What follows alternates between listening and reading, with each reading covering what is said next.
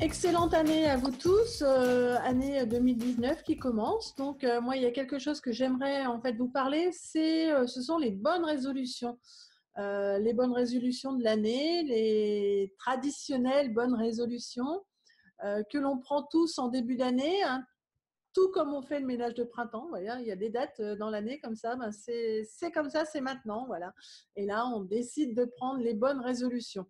Donc, dans certaines cultures, il faut savoir aussi que on considère les bonnes résolutions comme le moment où l'on doit en fait fermer certains dossiers afin de pouvoir en ouvrir de nouveaux.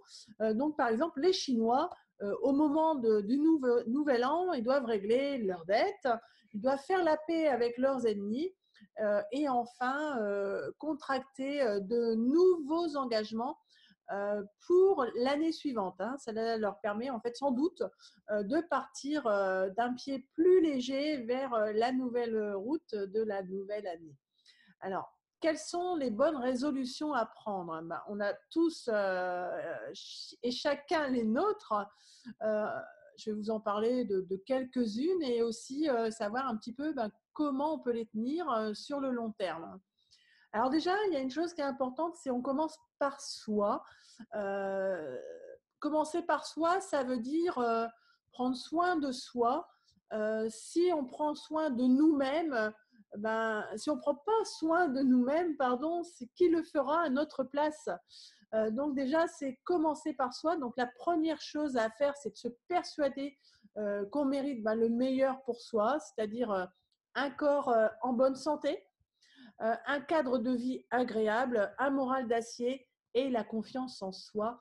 Donc ensuite, il devient plus simple pour chacun de prendre des décisions importantes comme arrêter de fumer, par exemple, faire du sport, perdre du poids, faire attention à sa santé, mettre des objectifs business aussi, donc planifier ses objectifs de l'année, s'organiser afin de maintenir nos engagements.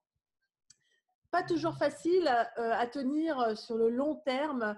On le sait tous, hein, alors comment réussir? Et si on se faisait aider de son entourage? Voici une idée qui est intéressante. Je vais prendre par exemple le perdre du poids. D'accord? On décide de faire un régime.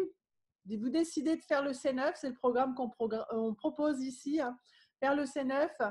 Euh, alors ne le gardez pas pour vous, faites-en part à vos proches ou à un ami, une personne de confiance. Dites-lui bien exactement ce que vous allez faire parce qu'il est plus difficile de ne pas tenir ses engagements quand on annonce qu'on va faire. D'accord? Si on le garde pour soi, c'est plus facile de se dire de toute façon personne ne le sait, donc je suis tranquille, je peux arrêter quand je veux. Quand on l'annonce à quelqu'un, en fait, on a un engagement plus fort. D'accord? Donc, ça renforce notre volonté de réussir ce qu'on a décidé de mettre en place, soit un régime ou autre chose. S'engager à plusieurs. Pourquoi s'engager à plusieurs? Je veux perdre du poids, toujours pareil. En fait, le C9 peut être fait à plusieurs. S'engager à plusieurs, ça permet de le faire ensemble et quand on a la motivation qui baisse, et l'autre est certainement plus en forme que nous. Et voilà, on se motive et on s'engage et on continue en fait comme ça que seul c'est difficile de maintenir ses engagements. D'accord? Donc, je m'engage dans un business pour être libre et autonome. Ça peut être aussi quelque chose qu'on a envie de faire la nouvelle année, c'est se dire, tiens, j'ai envie de prendre ma vie en main, je veux avoir mon propre business, c'est ce qu'on propose aussi sur cette chaîne, bien sûr, faire du marketing relationnel pour avoir l'autonomie financière. Pourquoi pas s'engager à plusieurs, puisque de toute façon, c'est le concept de ce business.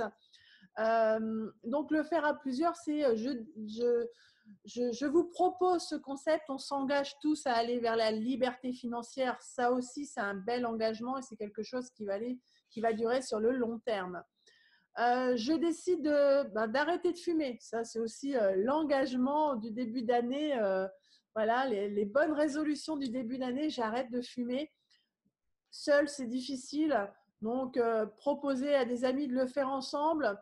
Et pourquoi pas générer une cagnotte ainsi et vous vous mettez une date, je ne sais pas moi, une date dans 3 mois, et vous vous dites, ben, dans 3 mois, on se fait un super week-end avec notre cagnotte, un voyage, peu importe, hein.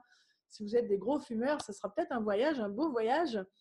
Et vous vous engagez ensemble, et dans 3 mois, vous allez fêter ça ensemble. Voilà, ça peut être un engagement, et comme vous avez réussi ces 3 mois-là, vous vous dites, bah, on a réussi, la prochaine fois, on va où? On planifie le prochain voyage et on remet de l'argent dans la cagnotte. Ça permet d'aider en fait et de s'engager sur le long terme. D'accord? Donc ça, voici des idées. C'est de partager ce que vous faites, et comme ça, vous vous engagez vous, mais aussi avec une autre personne, et c'est plus difficile du coup d'arrêter. D'accord? Et c'est ça l'intérêt de le faire à plusieurs. Donc, il est aussi peut-être judicieux de faire un bilan déjà de l'année précédente, parce qu'on s'engage déjà tous les ans, hein. Vous le savez comme moi, on s'engage à faire des choses. Il y a des choses qu'on réussit, il y a des choses qu'on ne réussit pas, parce que peut-être qu'on se met trop de choses aussi, hein. Voilà, on a envie de révolutionner notre vie, mais peut-être qu'il faut y aller en douceur. Donc, faites le bilan un petit peu de ce que vous avez réussi à faire. Déjà, c'est positif, c'est bien, et de ce que vous n'avez pas réussi à faire.